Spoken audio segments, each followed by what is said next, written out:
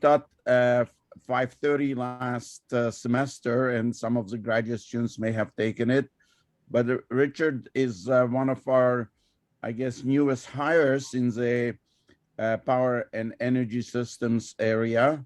And he joined us from MIT, little technical school there on the Charles River, some of you may have heard of. He's working in the power systems area, very interested in optimization, machine learning, and so forth. And he's going to give us a little bit of the flavor of the type of topics that he is studying. So he's going to give this presentation also tomorrow. I thought that this would be a very good rehearsal, and we're not even charging him for this opportunity. So Richard, thank you very much for accepting to present, and the floor is yours. Thanks very much for the introduction, George. So I'm very happy to be here. I actually I came through Berkeley on the way to Illinois, so a bit of both. So the title of my talk is Embracing Non-Convexity in Power System Optimization, asking a provocative question, local minima really so bad? But to begin, I want to talk about power optimization. So this idea that we can view planning and operations as optimization is not a new idea, but it's a very captivating idea, because then we can pose this as a formal mathematical problem, apply some rigorous algorithm, and maybe using this, we can help the system operator make better decisions in a more consistent manner. We could hedge against risk like low variations, renewable energy swings, etc., as well as these scary black swan events that we predicted to occur with the introduction of a great amount of renewables. So maybe humans don't know how to react to these situations, but maybe by posing this as an optimization problem, we can rigorously find a solution in a computational sense. So this idea has been around since the 1960s, certainly not new, and even to this day, we don't really have anything. And the reason is it really comes down to the fact that it's a very, very challenging mathematical problem. When we view this as a mathematical problem, it's a very large-scale problem. It has decisions that must be made in a very critical manner, and they must be made very quickly. So in the safety critical sense of having an infrastructure, it means that to solve this optimization problem, we need to find a very high-quality solution in a robust way, and that we're assured of a high-quality solution. And in the sense that we have to act quickly, it also means the algorithm has to be very, very fast. And finally, because our problem is so large and we have so many decision variables, so many buses in the power system, it means that the algorithms we have at our disposal must necessarily be different. They must have this trade-off between the quality of the solution and the time it takes to solve it.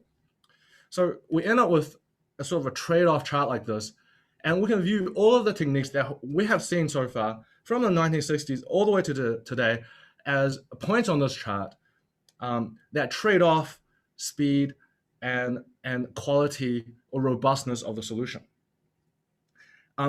Many techniques have been applied, but sort of a key thing about all of these techniques that have been applied to power systems operations and planning is that these same techniques could have been applied to airline scheduling. It could have been applied to logistics, right? These are all sort of general purpose techniques that work in solving a mathematical problem.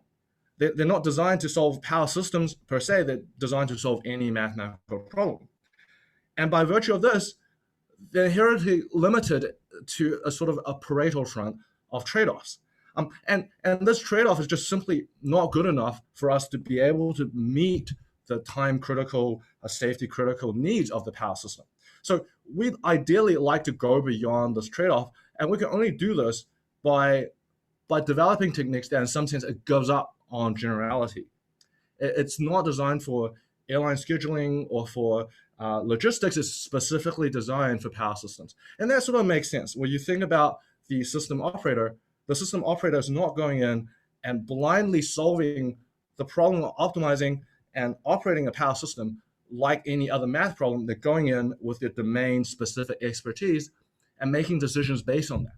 Right? So the question is, obviously, we need to bring in our understanding of the structure of the problem in order to improve our solution of these mathematical problems, which is the same thing we're already doing in the control room, right? But in our research, what we like to do is we like to make this formal. We like to bring in the sort of mathematics to allow us to prove that we can formally take the ideas that are already in the control room, the ideas of solving a specific power system problem and not just any problem, and putting a guarantee to it by extracting out the mathematical structure that makes this problem different. And here we're saying that we want to do research on a mathematical structure rather than just domain-specific knowledge, because when we look at mathematical structure, we can see this in other domains as well, right? And so this goes both ways. We can see these domains, we can see these structures in machine learning and transportation, and so we can then go to machine learning or transportation and borrow some of their ideas into solving our problems, or vice versa. Once we have developed something, we have the hope of going towards their domains and contributing a new algorithm for their problems. So it allows us to have this cross-dissemination of research ideas when we focus on a mathematical structure. So all of these optimization problems that we see in the real world, right? Power systems, machine learning, transportation, logistics, airline scheduling, they all face the same fundamental barrier. And that barrier is non-convexity. And what do I mean by non-convexity? Just simply that when you take the shape of this curve and you try to cut it across, you can cut it at the boundary at more than 2 points. So if this were a convex function, then you can cut the boundary at most twice, no matter how you try to cut the function, the shape. So when you have a non-convex function, simply trying to optimize it, you might get stuck at a local minimum, or you can achieve a global minimum. When you achieve a global minimum, you don't know that you have achieved a global minimum. And when you have only converged towards a local, you don't know whether it's a local minimum and not a global minimum. Moreover, when you're solving a non-convex optimization problem, just simply finding a point to begin with is not so easy. And you even have this problem that you cannot even find a point that's feasible. And in the context of power systems, it means that I might not even be able to find a point that a configuration for my system that would be physically realizable. My algorithm gets stuck at a meaningless point that has no physical correspondence. Okay? And this is all consequence of the non-convexity and the need to use greedy algorithms. But our problem is inherently large, and so we're basically stuck with using these sort of greedy local optimization algorithms with the hope of solving an inherently global optimization problem. Now, in the study of optimization, convexity is sort of a watershed. And in fact, if you know that your problem is convex, then all of these classical techniques such as gradient descent, interior point methods, all of these techniques will basically work in a similar way. But now when you're looking at a non-convex problem, and every single problem from every domain is a little bit different. And when you come in here and you just apply a general purpose technique with the hope of having this one technique solve every one of your problems, then you're going to run into issues. It's not going to be high performing. So it's very, very important for us, to understand exactly what makes our non-convex problem different from the non-convex problems of other people. So we need to understand what is the non-convexity that shows up in power systems.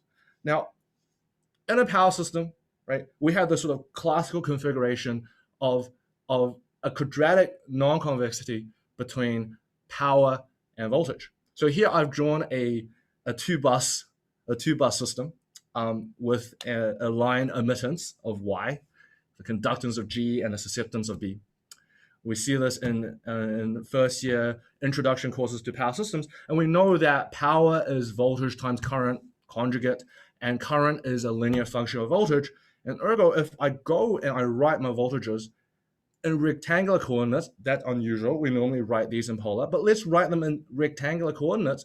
Then we'd be able to write power as this this large, sort of complicated, but it's really a quadratic function, right? And this captures the idea that power is proportional to voltage squared, something we learned very early on in circuit analysis.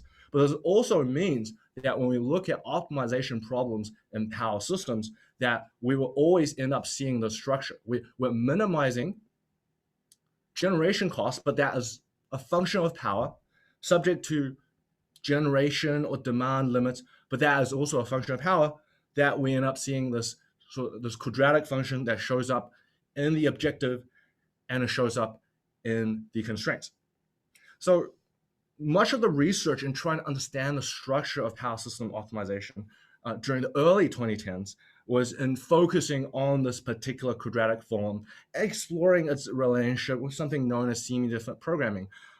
And in the latter 2010s, we then moved on into the specific choices of these matrices that encode these quadratic forms, these matrices corresponding to emittance matrices, corresponding to bus emittance, bus properties, shunt capacitances.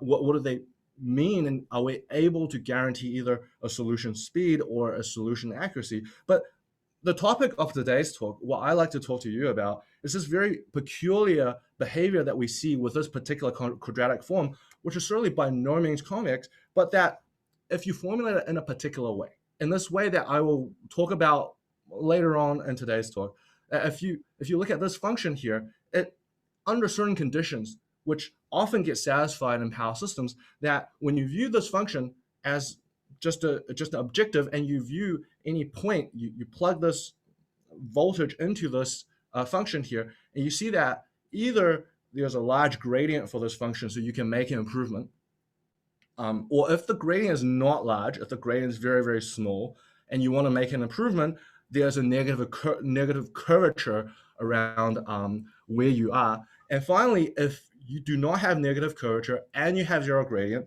then you can make a guarantee that you're at a globally optimal solution. And I have to say, even though this is not a convex problem, this is a highly non-convex, complicated problem that in some sense is very, very similar to being convex, right? That I could use any local optimization algorithm, and perhaps it doesn't enjoy the strong guarantees of convex optimization, but I can apply a local optimization problem and have the firm belief that I will find a globally optimal solution that is guaranteed that I can prove. And in the sense that the non-convexity of this problem is in some sense benign, and it doesn't affect our ability to solve the problem. So this is an outline of my talk for today. What I want to do is give you a little historical background of the developments in power system optimization up to this point, perhaps before the sort of understanding of local minima, local optimization, and when the F was primarily focused on overcoming non-convexity and the challenges that are posed. And I'm going to talk a little bit about some recent work we have done in understanding this local minima behavior in the context of a problem called state estimation, which is actually the physical problem corresponding to that particular objective function you saw before. And finally, I'm going to conclude with some remarks towards one day coming up with a theoretical foundation for solving optimal power flow. So let's focus on a specific problem here. And this is the perennial optimal power flow problem, which is actually the mathematical formulation for everything ranging from economic dispatch to unit commitment to everything in between, electricity markets. And this fairly intuitive idea that I have a bunch of generators, a bunch of loads, and I need to satisfy the power demands of the loads by optimizing over the dispatch of the generation. And I need to do it in a way that is reliable, that if I lose anything, that the system is going to continue to be alive, and that I want to minimize the cost of electricity subject to all of these constraints. So this is a highly non-convex problem. In fact, we have tried many, many heuristics, many sort of classic ideas of either linearizing the nonlinear equations or just applying some kind of local optimization algorithm, some kind of greedy algorithm, right? These are all classical things that we have tried since the 1960s. And actually it works pretty well, right? It actually does work pretty well, especially the linearization. Sometimes we call this DC power flow. And it gets you pretty good solutions. But the problem is that we don't know whether the solution is actually very good. We get some solution, that's all we know.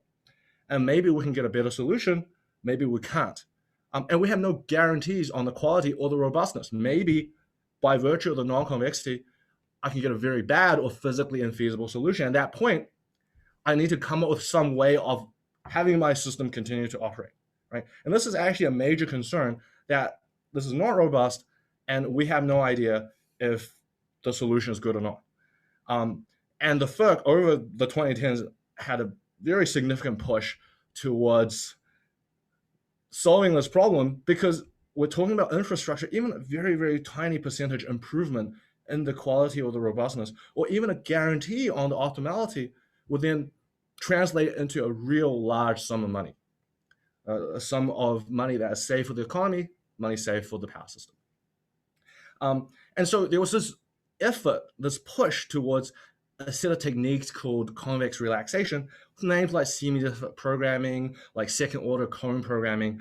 But the idea is basically that I cannot solve this non-convex problem, but I can solve a convex problem to give a provable lower bound on this non-convex problem. And maybe if I solve a more expensive convex problem, I can find a better bound. And if I find a really, really good bound that actually is exactly equal to the global minimum, then usually I'm able to extract out the exact globally optimal solution. In this sense, not only do I have the exact globally optimal solution, but I also have a proof that it is the globally optimal solution.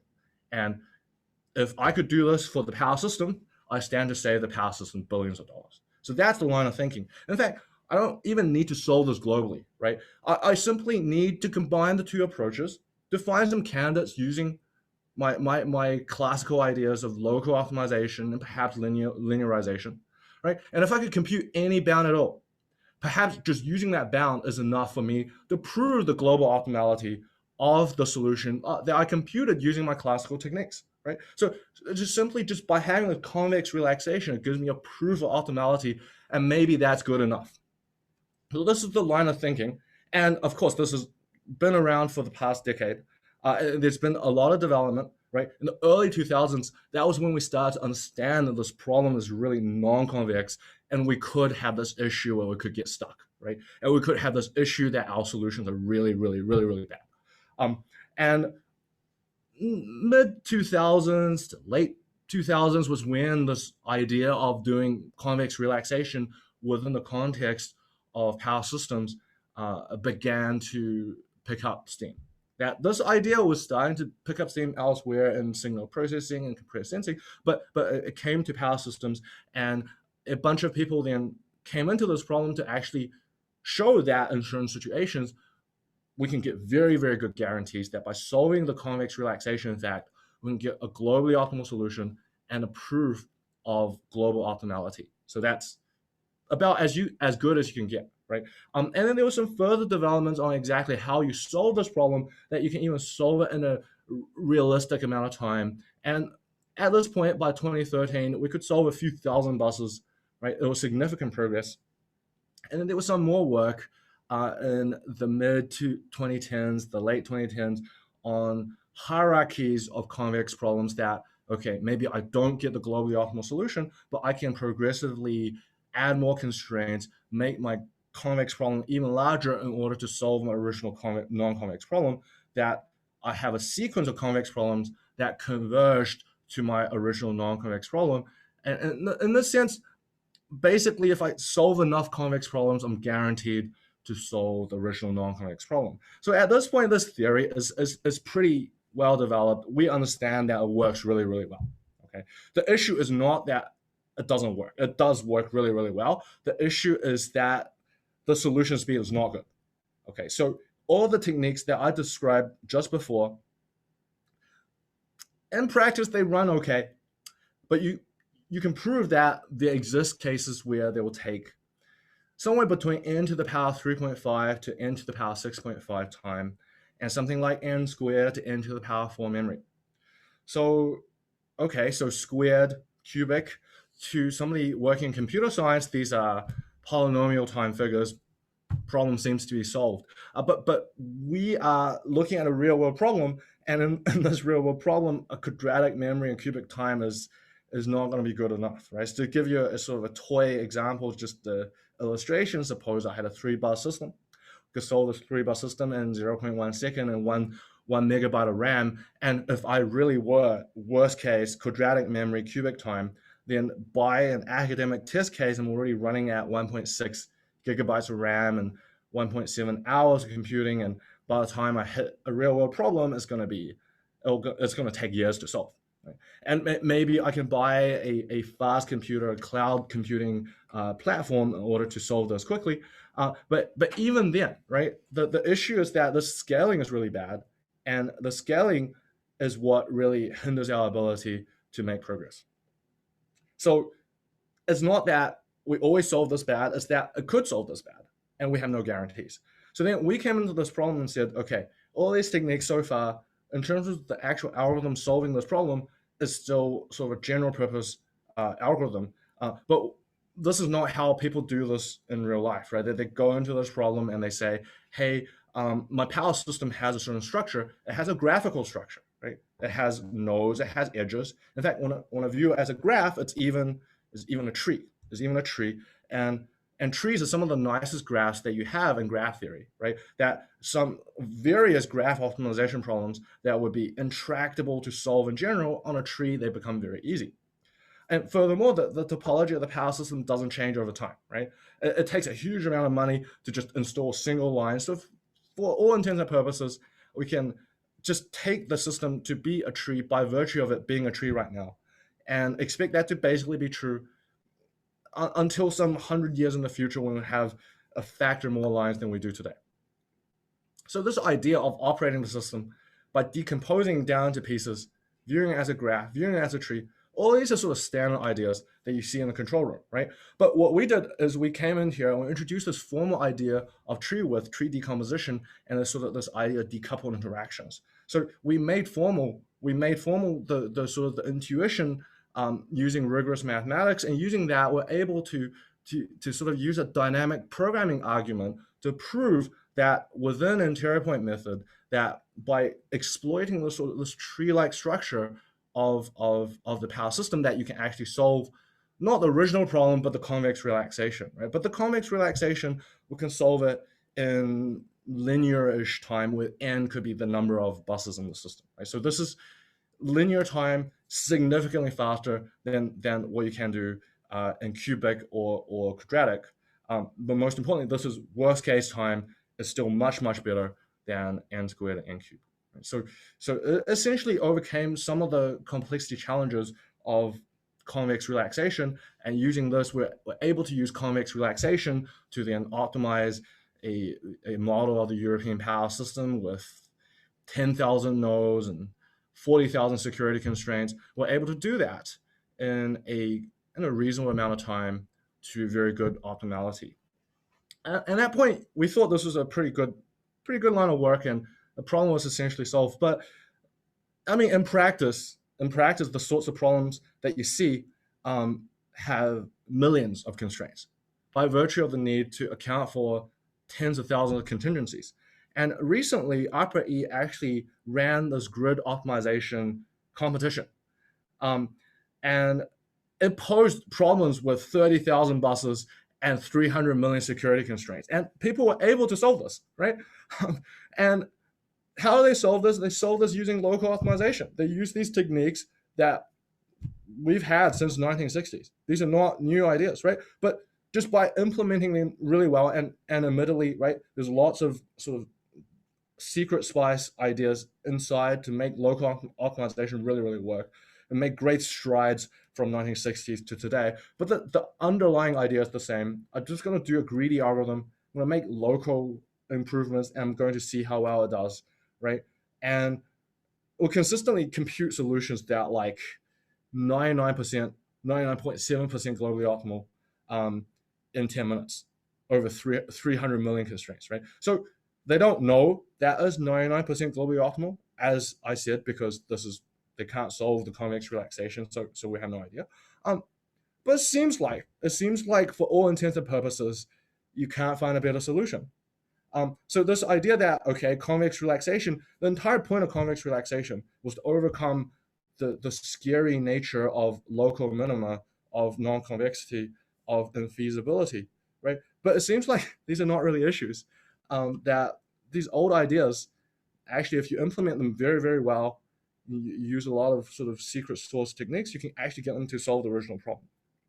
And this is actually a trend we see in machine learning and X-ray imaging.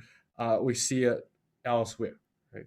And the reason that we're starting to understand, and certainly in the machine learning community, is that we end up with a structure that looks like this here, that we have so optimization problems that are ostensibly very, very hard and very difficult and have very bad local minima and sort of bad non-convex behavior. Um, but actually in practice, in the average case, in the cases you see in practice, they have this behavior that every local minimum is essentially a global minimum. So we went about trying to understand this um, within the context of a slightly different problem, a problem called power system state estimation. And this problem can be very complicated, but I just want to sort of give you the sort of the simplified version, which is that I have a power system and I want to make power measurements, either nodal or maybe branch-based power measurements.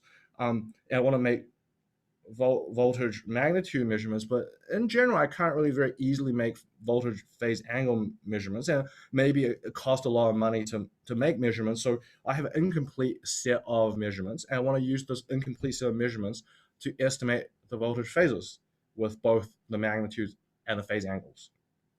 So this is actually what we do in practice. Until before the advent of synchro phases, this is the only thing we're able to solve. And so we use this to monitor the state of the system. And when this system fails, then you could have a region the size of New York State, Toronto, Michigan, going blackout for a period of time because the state estimation was not working properly. So understanding how this problem works could potentially yield guarantees, and this is already very interesting. But I'll tell you the reason why we were interested in this problem is because it's sort of a simplified version of optimal power flow, right? So you can actually pose state estimation essentially as an instance of optimal power flow of grid optimization in having no generation cost and having demand limits, upper and lower limits to be some fixed number, which is actually the measurement, right? The measurement on the system. And this problem of finding a V that satisfies all the measurements, then you can pose as this unconstrained non-convex optimization problem. So the reason we like this is that, okay, one, this is an unconstrained problem, so we're decoupling this issue of infeasibility with local optimality. We can just focus on one of these two things at a time. And two is that this is actually a problem that widely appears in machine learning and imaging problems. So there's been a lot of theoretical work been done on this particular problem already, posed in this form. And finally, this is actually what we do in practice. This is how state estimation is solved, is by applying some kind of local optimization algorithm to this particular objective function. So we have confidence that local optimization already works very well for this. In fact, since this was posed in the 1970s, there's been nobody has really argued that this problem has any local minima. And so maybe this property I was talking about before, this idea that I have a non-convex optimization, but I don't get stuck, maybe that's already true for this, right? So we went about looking at this problem, and immediately we found a counterexample. So consider this two-bus system with these particular voltages and this particular bus emittance value. And I can make three measurements. I can make a bus magnitude measurement on the first bus. I can make PQ measurements on the second bus. So these are sort of the power flow measurements. And I can augment that with one additional measurement, one redundant measurement, and that's the measurement of the power in the first bus. So two bus, four measurements, three variables, right? The variables are the magnitude of one of the two buses, magnitude of the other bus, and the phase difference between the two buses. Three variables. And even here, you can plot the objective function, and you can just see that we've got basins, and we've got one basin for the correct estimate and one basin for a spurious estimate that local optimization could get stuck in, right? Um, and actually, so it's not too hard to come up with a case that has local minima. But what I want to bring your attention to is the fact that when you look at these two things, when you look at these two possible solutions, the global min and the local min, you see that one of them has voltage magnitude of 1 and voltage magnitude of 0.8 and an angle difference of 13 degrees, and the other one has a magnitude of 0.8, 0.3, angle difference of 35 degrees. Okay, so one of them is clearly much better than the other one, but both are certainly possible. I could have a two-bus system for which these are real values, right?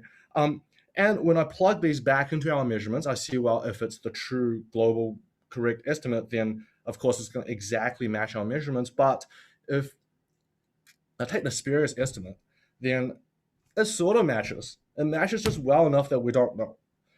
So if we converge to the spurious estimate, we could get very confused. We would be like driving on the road and seeing a phantom deer and swerving off the road and getting into trouble, right? We're seeing the system is actually okay with 1 volt, 0.83 volts, and 13 degrees. Okay, it's not ideal, but it's not in dangerous territory. But we might get a state estimation that says it's 0.8, 0.3, for which drastic action would be warranted. So okay, so you could certainly get local minima. It's not true that this problem doesn't have local minima. Um, but maybe you don't converge to the local minima, right? So we also did this experiment and try to vary the quality of the initial guess. And the reason we did this is because, right, so you have some underlying true state of the system, so the actual voltage has some value, some real imaginary part, and let's say, okay, this problem actually has a local min. Well, anyone who works in power systems will tell you that, well, you don't just go in here and naively solve the problem. You actually come in here and you have a pretty good idea of what the system is doing, right? So if you warm start the algorithm, then your initial point is very close to the true state. So even though there exists a local min, a bad local min, a spurious estimation, maybe I don't converge to it, and it doesn't matter. So how do we probe against that? Well, we can start an algorithm with a random guess, right? We could arbitrarily start it with a very, very bad initial point just to see how it goes. And nobody would actually run the algorithm like this in practice, but this is sort of just an experiment to understand whether we have these local min appearing in practice and do we converge to it. And the idea is simply that, well, if we have a bad local min, then a bad initial guess should converge to a bad local min.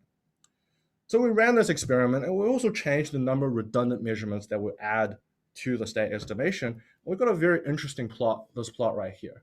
And I want to just spend some time to go through exactly what this plot is. So right here along the horizontal axis, what we're seeing is the sort of the goodness of the initial guess. So over on the left-hand side, we have a warm start. We're using initial guess with very close to the ground truth. Whereas on the right, we have essentially a random, completely random initial guess. And along the y-axis, the vertical axis, we are augmenting the number of measurements that we have in the system, in the problem. So we start off with just the bare number of measurements, and we keep adding until we add all the possible redundant measurements you can add. Indeed, you see, when you don't have a lot of measurements, you have one redundant measurement, then you can get into trouble. And this color is running 100 trials and seeing the percentage of success in recovering the true ground state, the true system, the underlying system state.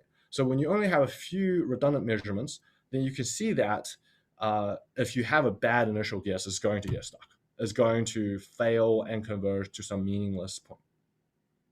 But if you add more redundant measurements, then you start succeeding a lot more.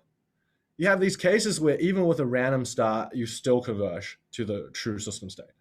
And for some reason, once you have enough redundant measurements, you start failing, right? So once in this particular example, once you had more than something like a factor of 3 times more measurements than 2 times the number of buses, then you no longer get stuck at a local min.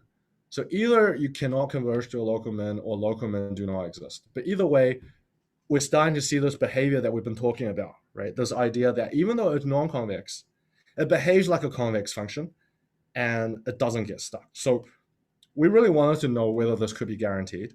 And we were looking around the literature trying to understand whether this problem has been analyzed elsewhere in different settings, in different environments.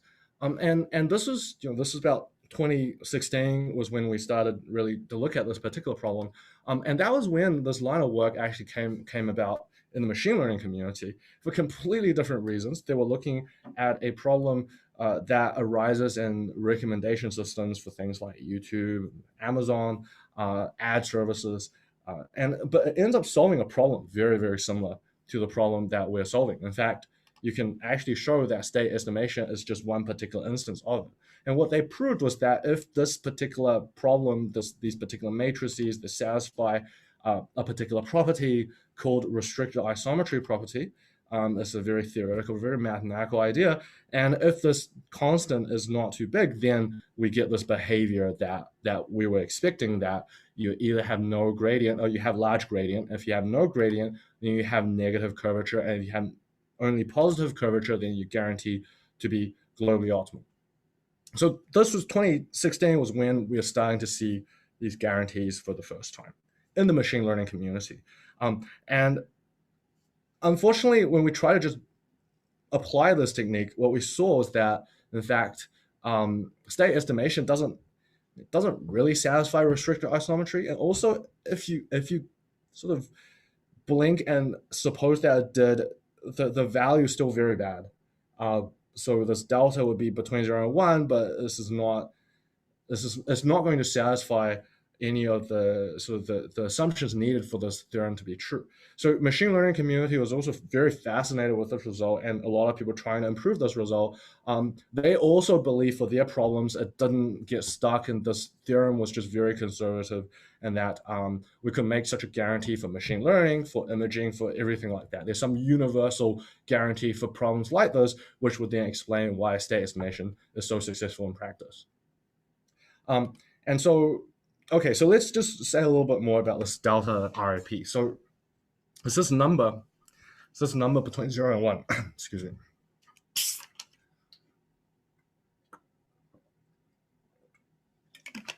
So this restricted isometry idea is just, it exists some number delta, and if this delta is 0, then you have a lot of samples. In our case here, we collect a lot of redundant measurements. And if delta is equal to 1, then you have no redundant measurements. Or in sort of machine learning settings, you have very, very few samples, or if your samples are not very diverse, they're focused on one particular sort of types of classes rather than spanning over all classes. But this sort of idea of lots of information versus very little information. Lots of information means this delta is equal to 0, and very little information is delta is equal to 1. So it's good to have small values of delta. And what they proved was that if delta is less than 1/5, so you have quite a lot of diverse samples, then you're guaranteed to get this behavior where this non-convexity is as if it were convex. So people didn't know what would happen with a larger value of delta. And for our problem, unfortunately, to under sort of the definitions, the mathematical definitions, our measurements are not super redundant. You don't have that many redundant measurements in a power system. So we're closer to the 1 than we are to the 0. So maybe if we improve this result, this guarantee, then we could explain state estimation. Unfortunately, what we actually were able to show is that this is not possible, that actually once this delta goes up to a half, for some reason a half, then you get this sort of this phase transition that before a half, all of those claims are true, that this non-convex problem is as if it were convex. But once the delta is greater than a half, then it's not true, because you can come up with counterexamples. So like the 2-bus counterexample that we came up with, turns out that you can come up with counterexamples like that that are within the realms of state estimation. And this was actually the first characterization that was necessary and sufficient in this case. And the proof, the idea is not too bad, right? This idea that, okay, if I have an extremely large number of redundant measurements or samples, then I expect that every local minimum will be a global min. I have this nice behavior. So it's a non-convex problem that looks like a convex problem. And if I don't have any redundant measurements at all, I also know that there exist cases where I could get stuck. I could get stuck at a local minimum. So okay, so this is a delta, a very large value of delta, and I could have a possible counterexample. It doesn't mean I will fail necessarily, but that I can construct a counterexample. So you have one extreme with delta is equal to 0, and you have nice behavior, and you have delta is close to 1, you have possibly bad behavior. So then if you decrease delta, then maybe you'll hit a case where you hit the final value of delta that has bad behavior. And that is your threshold, right? So then if you go beyond that, then by definition, you're going to have this nice behavior up the top, right? That once you hit the minimum delta, everything below that is going to have this property that is a non-convex function that looks like a convex function. And before that, well, you have counterexamples, so any claim must be false. So that's the rough idea of the proof. But actually, it was quite hard because it's actually NP hard to verify this particular property, restricted isometry, and we ended up doing a convex relaxation style proof where we then prove tightness and then solve in closed form. So it's a very, very long paper. But this idea of a threshold, you can actually go ahead, like the two bus counterexample, you can come up with a counterexample for this mathematical problem with the physical connection, and you can run this and you can physically show that, yes, this threshold is a half, and yes, you do get stuck. In fact, you get stuck consistently with high probability. And this was a very surprising thing for the machine learning community because they had really hoped that this property would be true, and all the experiments seem to show that this property was true. So when we proved that was false, it was a very unexpected result, and so this was a spotlight at the 2018 New York. So what this really means is, okay, you have some global sort of guarantees that you can develop for non-convex optimization, but it's not the case that if you have sort of local min that you could get stuck necessarily if you don't converge towards it. But also, if you always succeed, it doesn't mean that you don't have local min. So yeah, something that doesn't use structure, you can't make very strong guarantees. We can't really just go in here, just take a technique developed in machine learning and hope to just naively come into power systems and be able to say anything about power systems. That's really the conclusion of this particular line of work. So we came back to this problem and asked very specifically, what are the properties of the power system that would get us this particular sort of this property, this convex-like behavior. And what we actually saw is that it's closely related to the observability of the power system. And this idea of observability, it dates back to the 80s. The line of results so there's a well understood definition of what it means for a power system to be observable. And what we were able to show is not that it doesn't have sort of this local min that could get stuck, but that it didn't have local min close to the ground truth.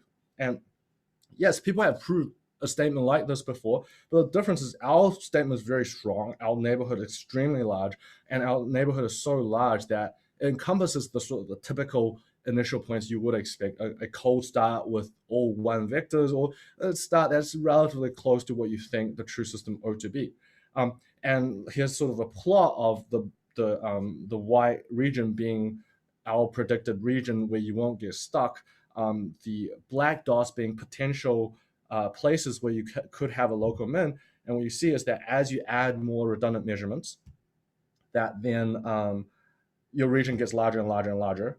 And it encompasses also the points that you could have as starting points, as initial guesses.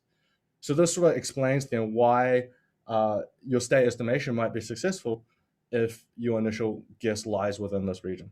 Right? Now, we actually carried this work on a little bit more in the sort of both in machine learning and in the context of state estimation to sort of understand exactly how good an initial point, how does that translate into the number of samples or the number of redundant measurements. So as you saw before, there's this intuitive idea that as I have more redundant measurements, I have a greater region. Then it should also be the case, conversely, then that a good initial point is worth cutting out some redundant measurements, that I could still succeed with fewer redundant measurements. And what we're able to prove was a statement like this: a linear improvement in the quality of the initial guess translates into a constant factor improvement in the number of required samples. And this translated into English just means the better initial guess, the fewer number of samples. But we're able to translate into proper, sort of rigorous mathematics. So this was another line of work that appeared as a spotlight at actually the NeurIPS from last year. So at this point, we have some understanding of the local minima that show up in state estimation, as well as related problems that show up in machine learning, imaging, X-ray crystallography, etc. And we have this empirical sort of this finding that this idea, this non-convex is like convex, is also true for optimal power flow. We haven't yet gone to the point where we have proved this statement, but I want to just talk briefly about sort of some of the directions that sort of we see ourselves going, right? So we have this gap in theory and practice where this local optimization for state estimation works extremely well. This local optimization for optimal power flow works extremely well. And convex relaxation has a lot of guarantees and is very well understood, but you can't really run it for large scale systems. So with our recent sets of results, it sort of the a little bit further towards practice, but it is indeed true that this restricted isometry idea is very restrictive in the context of state estimation. It's still a little bit further away. So the next step for us, and this sort of next step for researchers in the audience, is really to understand exactly what are the structures that we can tease out of the power system, right? We started on this path with ideas of observability. We think that ideas of monotonicity, etc., would play a role as well. But understanding these would take us closer towards being able to bring these local optimization ideas that work tremendously well in the power system to get them to work well in sort of a provable, rigorous setting. And I just want to say a few more specific remarks regarding the actual mathematics that we're seeing here. So we said that the reason we analyze state estimation is because state estimation is sort of a subclass of optimal power flow, that there's a particular choice of A0 and a particular choice of BK, CK, such that state estimation is exactly optimal power flow. And state estimation is solved using this particular thing here.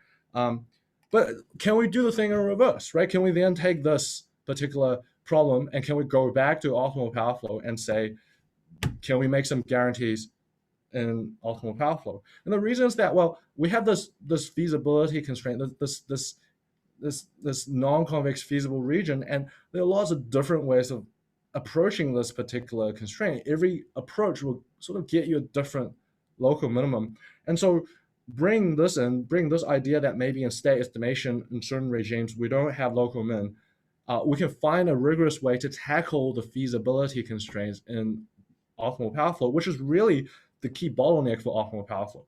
So can we use the insights that we develop for state estimation to both explain the success of optimal power flow, as well as to develop techniques, right, that utilizes some of these techniques, some of these ideas within the solution of optimal power flow. So these are sort of interesting directions we're looking at, and we hope the audience would be interested in looking at as well. So in conclusion,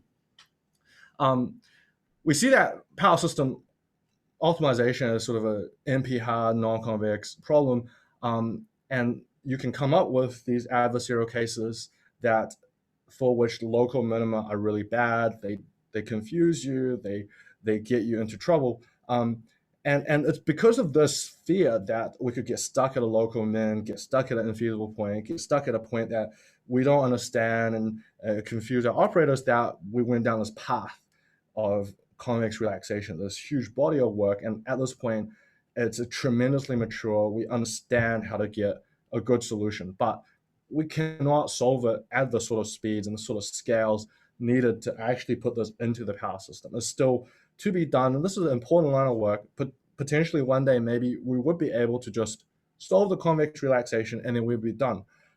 But it's surprising that this non-convex problem in practice is not so bad.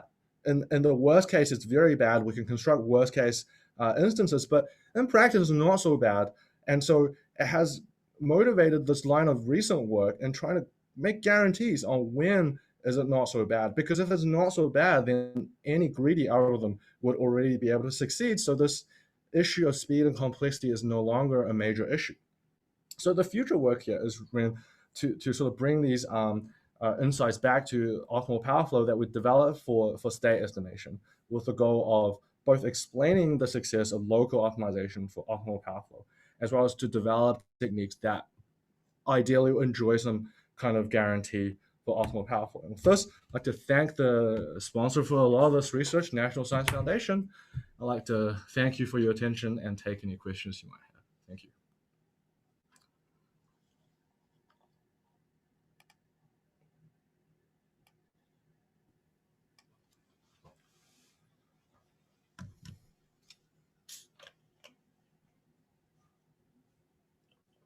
Richard Bose here. Hi, boss. Fantastic talk. Thank you. So just a quick question about the stuff with the restricted isometry part. Yeah. So there is this trade-off that I haven't read your 2020 work on this trade-off between sort of number of observations you're making versus the variety in the samples that you require in some sense. So but the ML community did believe that you can go up to delta all the way up to 1 perhaps. It extends perhaps beyond half at least, right? Yeah. So the question is, are the examples sort of lie on a measure zero set, or is this like? Yeah, that's a fantastic question. That's like a question literally every time I give a talk even related to this topic. And people ask, and we still don't know. It's interesting because it seems to be the case. But the counterexample I showed, you converge with positive probability to a local min. So that's not always true. But it seems like the case itself though. So think about your matrices A1 through AN. Is there a full dimensional set within which it will always act badly? Or is that it's on a measure zero surface that is true? Yeah.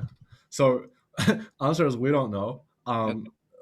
Everything we've been doing so far is either very deterministic or very, very probabilistic. So there's not enough sort of that fine grain, like deterministic plus probabilistic that could resolve this question right now. Well, I look forward to learning more from you. Try to see if there is a way to. Maybe you like to write a paper, Bose. Absolutely. Yeah. Thanks. Fantastic question. Thank you. Hi, Professor. I have a question about the redundancy that you were mentioning. Yes. Is the limit to redundancy the fact that those measurements don't currently exist when we're doing it, or is that they're not put into computation yet? What's the limiting factor there? So that's a fantastic question. Thank you, Max. Let me go back to that slide here. It's right, this one. So it's sort of interesting. There's two aspects. One is that there's sort of a caveat. I didn't have time, so I just didn't mention. But when we say measurements, we're very strictly talking about power and voltage magnitude. We're not talking about any other measurements, right? In practice, you have current measurement. Why don't you use it, right? You have current measurement. You have some voltage angle measurements, and here we're trying to analyze this math problem, so we just didn't actually take that into consideration. So there are measurements that you could add that we didn't add because it doesn't really fit the quadratic form as easily.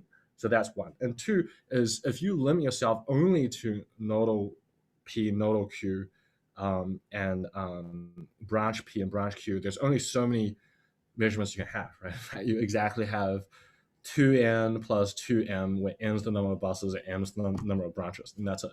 So it's sort of artificially low. What you do find as well, though, is that the probabilistic guarantees you see in machine learning community are actually incredibly restrictive in the randomness and representativeness of the measurement. And that's to say, they sort of want more diversity than what the sort of measurements you can achieve in power systems. In power systems, P and Q are sort of structured in a way it's not random enough to truly be restricted isometry. So then it shows up as not being that redundant as well. So all these factors sort of combine to make our problem in some sense not very diverse, and the samples relatively low, and not satisfying any of these guarantees. But that, yeah, does that answer your question? Yeah, it does. Thank you. Thank you. Thank you for the great question. Any other questions? Richard, this was very nice presentation. Thank you very much. Thank you for We having me. appreciate you giving it here.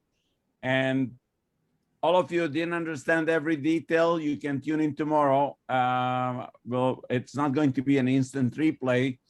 And he might be putting in some other slides from what I understand. I've I already don't sent know. the slides. I've already sent the slides, so they have to be exactly the same. Okay. All right. Yeah. Very good. Thank you Well, very thanks.